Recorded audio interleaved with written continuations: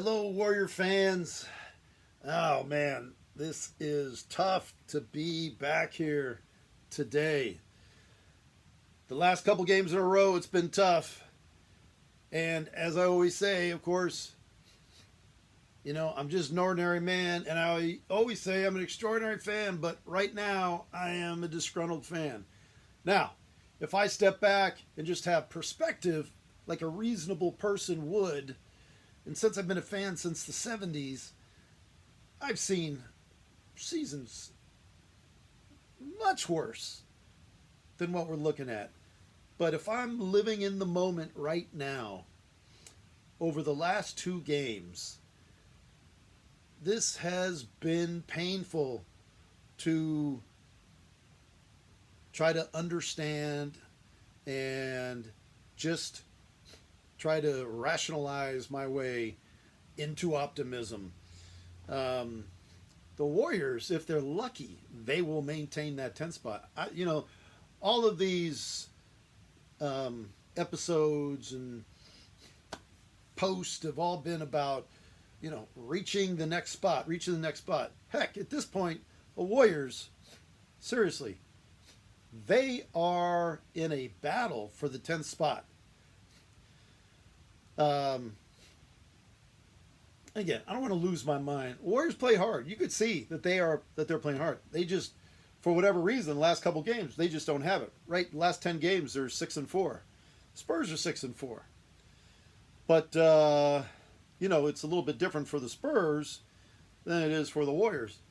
Heck, the Pelicans are 4-6, but the Pelicans are only 3 games behind the Warriors now. So the Warriors have managed to lose 2 key games in a row. And based on the 10 that they had remaining, last night was one of those games you hoped that they would grab, because the back-to-back against the Pelicans are going to be tough. The Pelicans are going to be coming at them. And let's not look past the Rock. We can't look past anybody right now. But let's not look past the Rockets. The Rockets just beat the Bucks last night. There was like an old ABA score. They put up 143 in regulation, 143 to 136. And Porter Jr. for the Rockets, one of the youngest players in the NBA, he put up 50. So the Warriors, they're going to be playing against a team who is trying to win hard. The Warriors have got to come with their A game like they did when they were putting up one of the best winning percentages in the entire NBA just a week and a half ago. So, excuse me while I, lose my mind a little bit here, but the Warriors have to take care of business, and they simply have not been doing it these last couple of games. And so, having said that, I'm not going to put any highlights up or anything like that. I will share a video from my son-in-law, who he grew up in Southern California, so he has a little different perspective on things. I think some of you may find some humor in it, and some of you may even support it. For us, it's it's family razzing, so completely understandable. But I definitely want to share that with all of you. But real quick, the standings. Again, I'm going to skip trying to insert these for today. I'll just go through it real quick. Like I just said, the Pelicans are chasing the Warriors. They're coming after them, and they got 3 games to play, head-to-head, as I mentioned yesterday. And they are, They're 3 games behind right now. The Warriors fell back to a game behind the Spurs, and yes, a game behind the Grizzlies. Once again, almost say, they're 4.5 behind the Mavs. They're 3.5 behind the Blazers. So, kind of put those aside. Now, the Warriors, they just need to try and be good enough to stay in here. And frankly, if they lose that 10th spot, obviously they don't even deserve to be in the playoffs. Absolutely not. Um, but having said that, it's a extremely exciting conference all the way up, and I haven't focused on the first through fourth teams. But tonight, for those of you who may be interested, the Jazz are only up by a game on the Phoenix Suns, and they happen to play tonight at 7 p.m. Pacific time. For those of you who are interested in that. Now, so that could be an exciting game. Now, having said that, what about some of the teams that the Warriors conceivably, if they turn things around, are still chasing? Who plays tonight? Trailblazers. They play again. They play the Nets. So the Nets, they're the Nets. They're on a roll, so that's going to be a tough one for the Blazers, but they are playing tough right now. Let's see, the Grizzlies play the Magic. The Magic, they're competitive, but the Grizzlies they still have a lot to play for, to say the least. I understand LeBron is questionable for the Lakers. The Lakers play the Kings tonight. That may be interesting. And the Spurs and the Celtics play. So that certainly will be interesting because that will be a tough one for both squads. Both teams desperately want to win to keep their positions. So as I mentioned, Suns are a game behind the Jazz. The Clippers are 2 games behind the Suns. The Nuggets are 2.5 behind the Suns and 3.5 behind the Jazz. And the Mavericks, again, are just a game behind the Lakers. So very, very interesting in terms of the games, the standings and the games that have yet to be played today. And once again, let's not forget, the Warriors play the Rockets tomorrow. And the Rockets only have 16 wins. They are 2-8 over their last 10. But again, they just beat the Bucks. They put up over 140 points in regulation. So likely to do that again? Who knows? Who knows? Now Porter knows he can put up 50. I would keep an eye on that guy.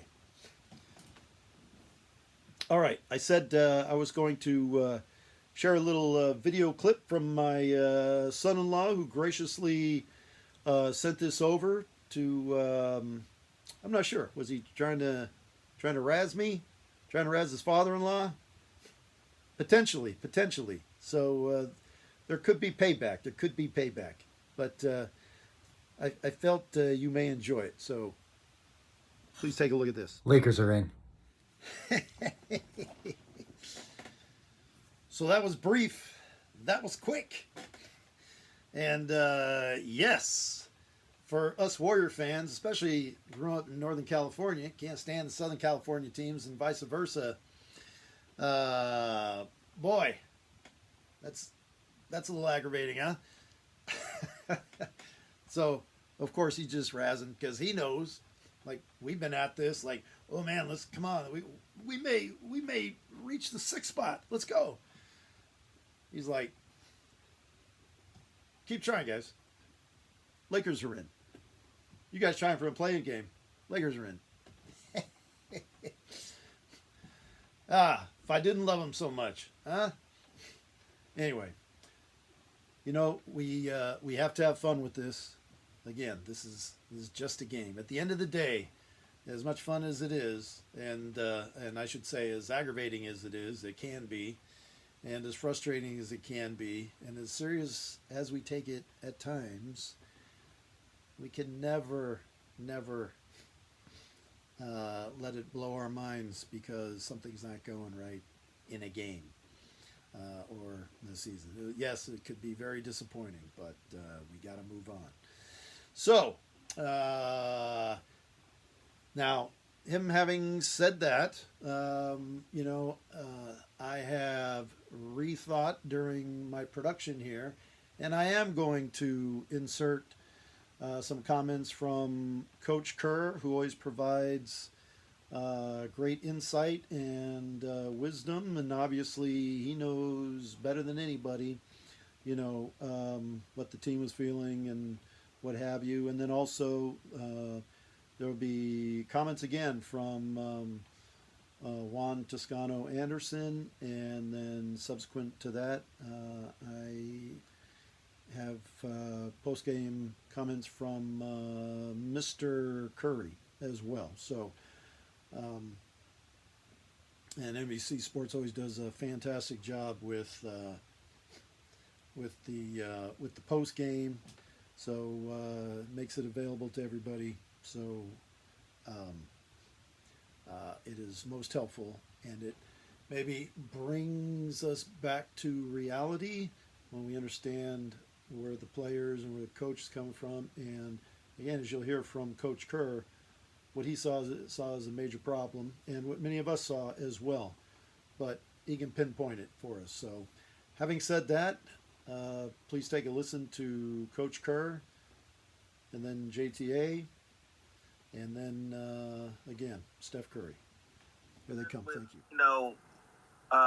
How I guess it appears how flat you guys have kind of played over the last couple of games in such a time where urgency and good play is needed.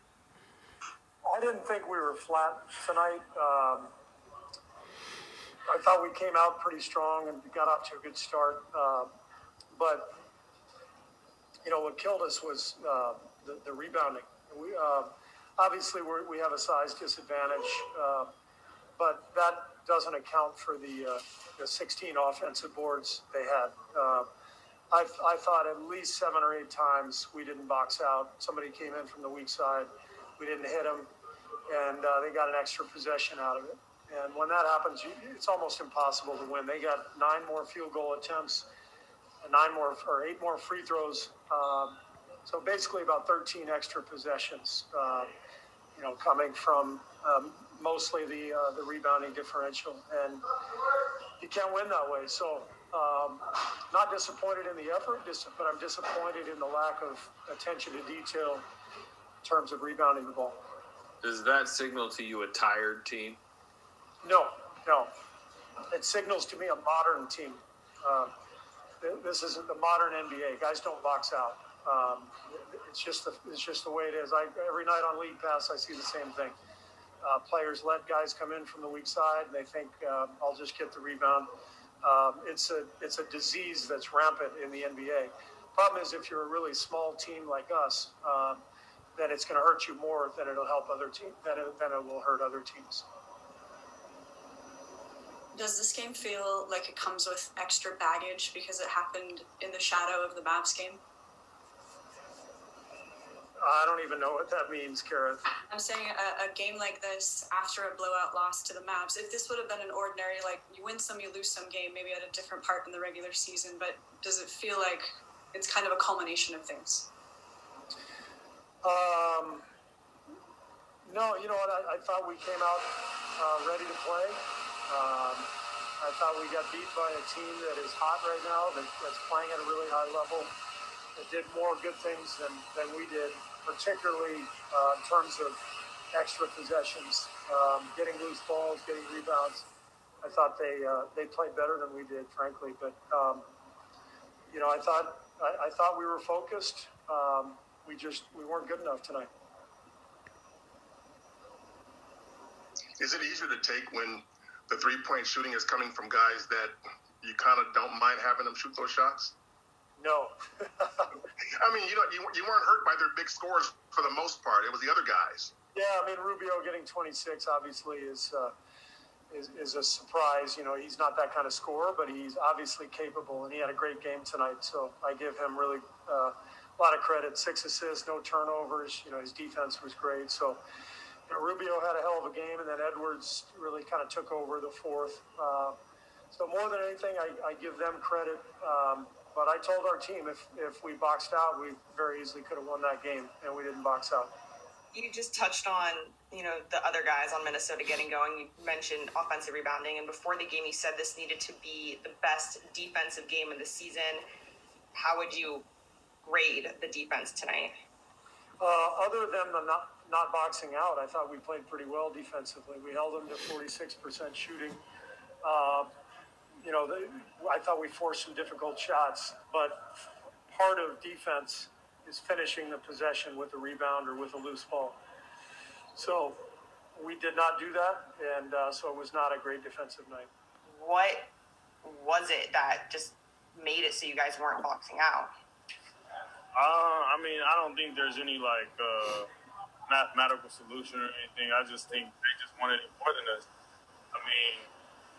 There's a 23. There's a margin of 23 in rebounding disparity. You know what I'm saying? Like that's unacceptable on all accounts. And I'll be the first one to say, like, how many rebounds did I have? I had total rebounds. I had 4 rebounds. Like, come on, that's unacceptable. So, it's just a matter of effort, a matter of focus and intensity. So, hard is that for you to take, knowing what you guys put into this? What was that? The first part? I'm sorry. Well, how hard is it to take that, knowing what you guys put into this? It's frustrating. I'm mad as hell, so I can only imagine. I know Dre's upset. I know Steph's upset. Everybody's upset. We all want to win. We were so close to getting into that 6th spot, and that would have put us in a better position. Going into the playoffs.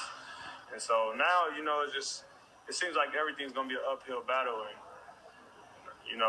we want to win as many games as we can to end the season. So, with every loss and every game moving forward becomes that much more important. They were already extremely important, but, it's pretty much to the point where it's like life and death now. We're like, we're trying to stay alive, get into the playoffs, put ourselves in a good position, So all these games are important. I'm upset. Everybody's upset. Coach is upset. But, what I said last game, I said, can't put too much stock into a loss. And, people misconstrued as if I was just saying, like, it's okay to lose, and it's not. I hate losing more than I like winning. But at the same time, what am I going to do? Cry about it? Like, we got another game in a few days, and so we got to bounce back, But with that being said, every game is extremely important moving forward, and every game becomes that much more important. So, yes, we are upset. Everybody's upset, but it's a part of the game, man. We got a really young team, and that was like a playoff game. They were tough tonight. So we learn from it, we move forward, and, hopefully we can bounce back and put together, a run to end the season. Tonight, nah. Tonight was just effort. Tonight, they just wanted it more than us. They outplayed us. They had more effort than us, and that's why they beat us on the boards by 23. Like, you don't see that too often where a team out-rebounds another team by 23. Say, Minnesota just wanted this one more. Was this a question of effort tonight? How are you digesting this one? I don't know. We obviously didn't play well in the first half, and against a team that has confidence, no matter what their record is, they've been playing well as of late.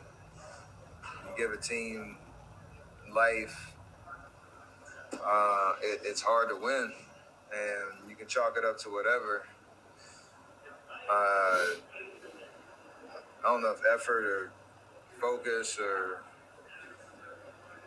whatever the thing you want to point out. We fight back, and then in the third quarter we have a lead, I think, and then you go from there, and they come out in the fourth and they just go win the game. So it's just a tough situation when you need this win. You need to get things pointed back in the right direction, and you don't get it done. So we can sit here and talk about whatever the problem was. At the end of the day, we got to either fix it or we're not.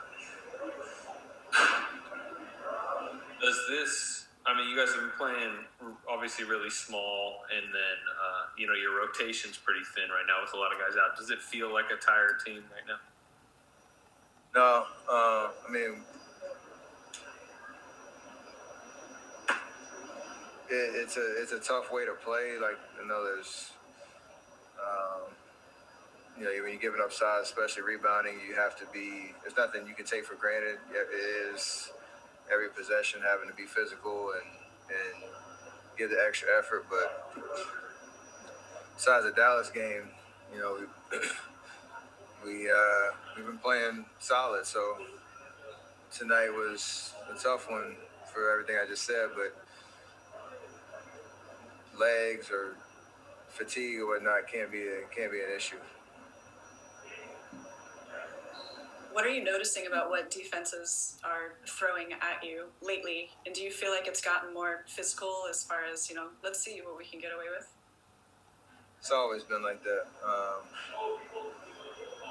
Nothing. The Dallas game was a different look in terms of sending multiple bodies at all times, but tonight was a little different. I struggled in the paint a little bit, but then got it going in the third.